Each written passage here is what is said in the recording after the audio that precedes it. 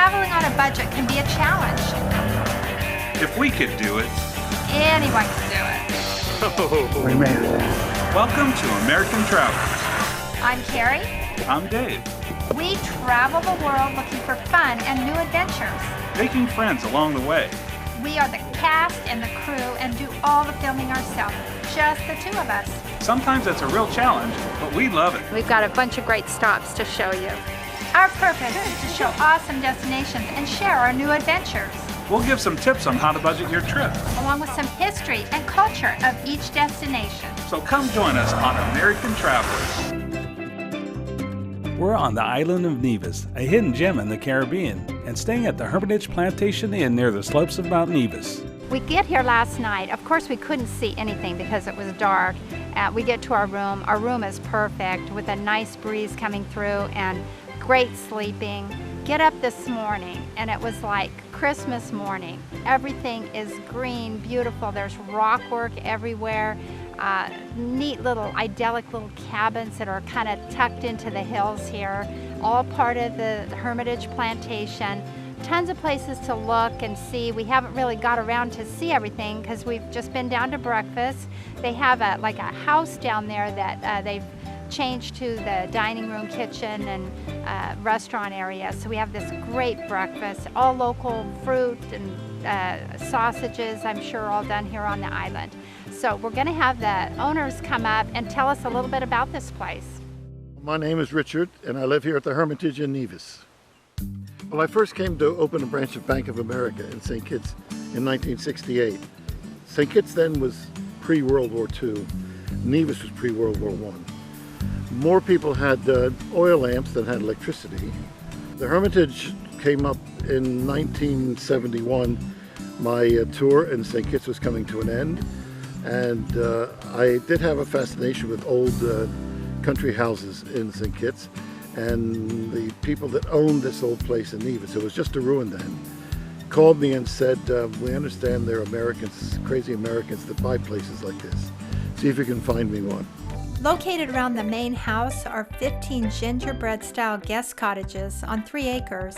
Stroll around the nicely landscaped grounds and you'll see cocoa, mango, and breadfruit trees. It's a romantic destination for sure. We're staying at the Tower Up Cottage. It has a beautiful netted canopy bed, a mahogany hardwood floor, and antiques everywhere.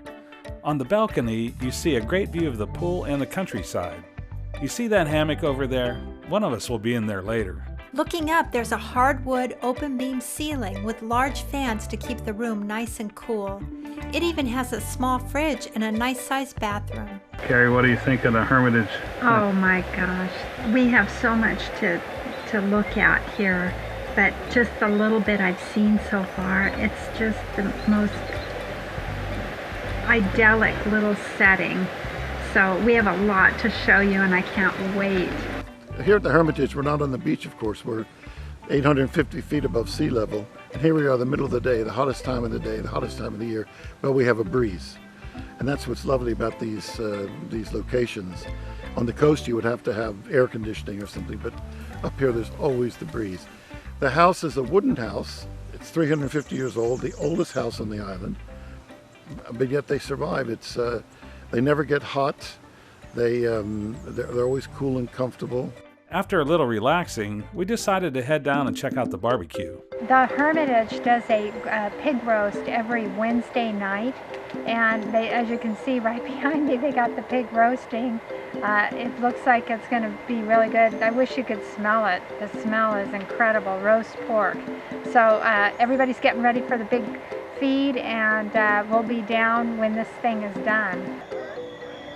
Not too many people here during the day and on our visit, but the pig roast seems to bring them all out, that's for sure, because there's a ton of people here now. So it must be good. Looking forward to it. Hey, so it's Richard and Richie. Hey, so tonight's the night of the pig roast. This is our favorite night. We do this every Wednesday, and the best part of it is also the good rum.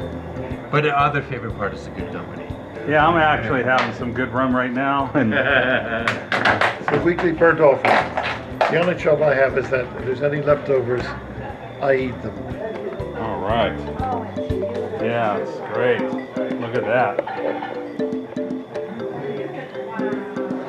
Next to that you have pasta salad, then you have ginger and slaw, then the green salad, tomatoes and plantain with the basil pesto, then you have the roast suckling pig. Next to the roast suckling pig you have johnny cakes and tannin fritters. So, Carrie, you're one of the first ones back to your plate. I see that you had. I've already sampled a few things. Yeah. Some of it's a little spicy. It has that Caribbean, kind of flavors to it. Anyway, I'm really ready to dive in. Now that you're back, this is what it's all about. This is the roast pig that we saw earlier. Talk about delicious, and the smoky flavor from the barbecue is coming through, and oh my God, I'm in heaven. What did you think of this meal tonight? The meal was really good, it was really tasty, and the pig was very cool, and I like the skin because it was nice and crispy. The dinner was outstanding. I thought it was very different. I'd never tried anything like it before, and definitely worth going to. Nevis was known for the quality of its lignum vitae, which is what the house is framed with, which is why it survived so long. The posts go in the ground about 4 feet for 350 years now, and they haven't rotted yet because of that wood. They sold the forest wood, the lumber, and then started trying to grow various crops. It's expected that they did indigo and tobacco initially.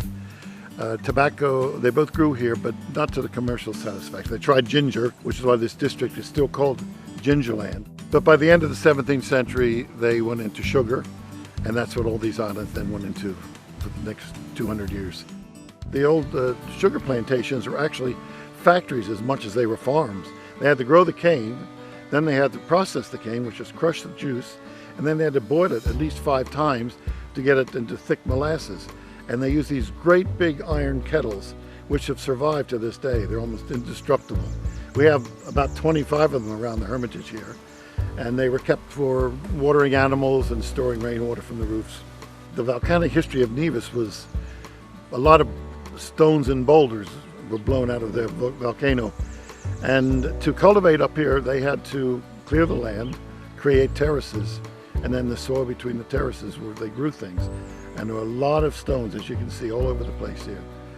It's totally different from St. Kitts, where their volcanic eruption was mostly ash. So they have very few rocks in St. Kitts compared to Nevis. We had a great stay here at the Hermitage Plantation Inn. The history is rich with all of its artifacts still here. We love the plantation-style shutters and the design of the rooms in the main house. It's so inviting with all of the books and the comfy chairs. We can see a family gathering here for a great game of Monopoly. The furniture is something you would only see in the past. When entering the dining room, there's a sense of elegance. On the patio, you could sit and take in a view while sipping on a glass of wine. In our travels, we would highly recommend the Hermitage Plantation Inn. Off to our next adventure. Thanks for watching American Travelers.